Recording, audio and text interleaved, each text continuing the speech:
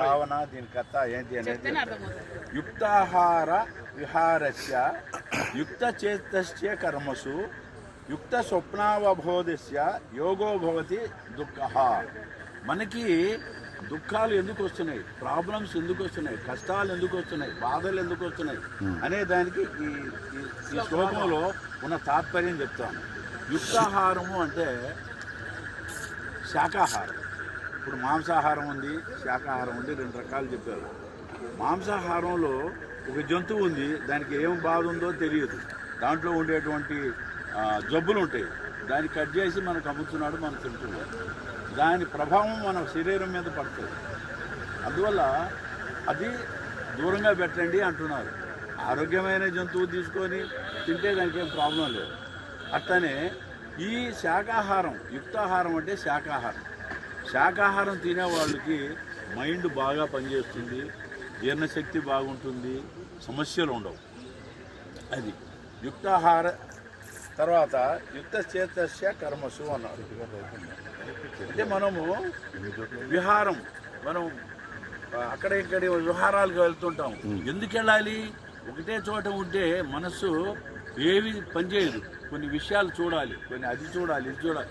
అక్కడ ఉండేటువంటి వాతావరణం కానీ, జీవన విధానం కానీ.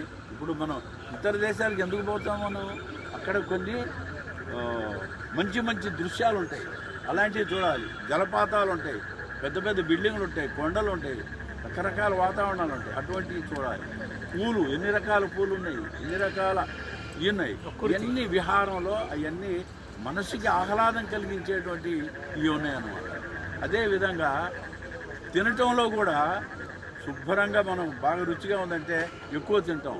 కానీ సైన్స్ ఏం చెప్తుందంటే తినేది 100% అయితే 50% తినాలని చెప్పి సైన్స్ చెప్తుంది. ఎందుకు తినాలి? 50% పక్కన ఇంకొక గాలి రావాలి లోపలికి, నీరు పోవాలి, అప్పుడే అది జీర్ణ శక్తి అవుతుందన్నమాట. అందువల్ల సగమే ఆహారం తినాలి, సగము కాలికి పెట్టాలి. కానీ బాగుందంటే ఇంకొక లడ్డేయి, ఇంకొక గారెయి, ఇంకొక ముక్కయి, అది అని చెప్పి అనవద్దు. అందుకే లంకణం పరమ ఔషధం అన్నారు. లంకణం అంటే ఏంటి? ఉపవాసం ఉండటం. ఉపవాసం ఉండటం అంటే ఒట్టిగా తినకుండా ఉండటం కాదు. అన్నం తినకుండా ఉండి అరటిపండు తింటాం, మామిడి పండు తింటాం, లడ్డు తింటాం, అది కాదు. ఉపవాసం అంటే భగవంతుని మీద ధ్యానం చేసుకొని మంచిగా ఏదైతే సాత్విక ఆహారం ఉందో లైట్గా తినొచ్చు, తప్పులేదు. అది లంకణం పరమౌషధం.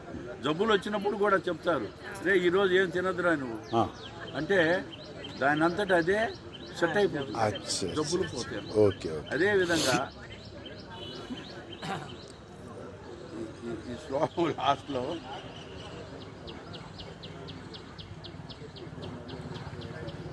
నిద్రపోవడం కూడా కుంభకర్ణుడిలాగా నిద్రపోవద్దు అన్నాడు. నిద్ర కూడా 8 గంటలే, లేకపోతే 60 సంవత్సరాలు దాటిన తర్వాత 6 గంటలు నిద్రపోతే చాలు. అది కూడా సౌండ్ స్లీప్ ఉండాలి. మనం ఏదో తలకాయ ఇట్ట పెట్టుకొని అక్కడ వాడు ఏం చేస్తున్నాడు, వాడు ఒక మేడ కట్టాడు, 2 మేడలు కట్టాడు, 3 మేడలు, నేనేం కట్టలేదే అని ఆలోచనతో కాదు. ప్రశాంతమైనటువంటి మైండ్ తోటి నిద్రపోవాలి. స్వప్నం అంటే అది స్వప్నావబోధస్య యోగో భవతి దుఃఖ. ఇటువంటి శరీరానికి మనం చేస్తున్నటువంటి ఎక్సర్సైజ్ కూడా విపరీతంగా చేయకూడదు. దానికి బాడీకి ఎంత అవసరమో అంతే చేయాలి. కొంతమంది చుట్టూ పెట్టి ఎనికి పడిపోయిన సందర్భాలు, అందుకే లేటుగా వస్తున్నాం. సో నిద్ర కూడా ఎంత పోవాలో అంత పోవాలి. అంటే దీంట్లో ఫైనల్ గా చెప్పుకొచ్చేది ఏంటంటే మించి ఏది చేయకూడదు, తక్కువ చేయకూడదు. మంచిగా అన్ని విధాల సాత్విక ఆహారం తినాలి, ఖాళీ కొంత పెట్టాలి. వారానికి ఒకసారి లంకణం పెట్టుకుంటే చాలా మంచిది. లోపల విష పదార్థాలు జీర్ణమయ్యి శరీరానికి మంచి చేస్తాయి. ఇవన్నీ మంచి మాటలు.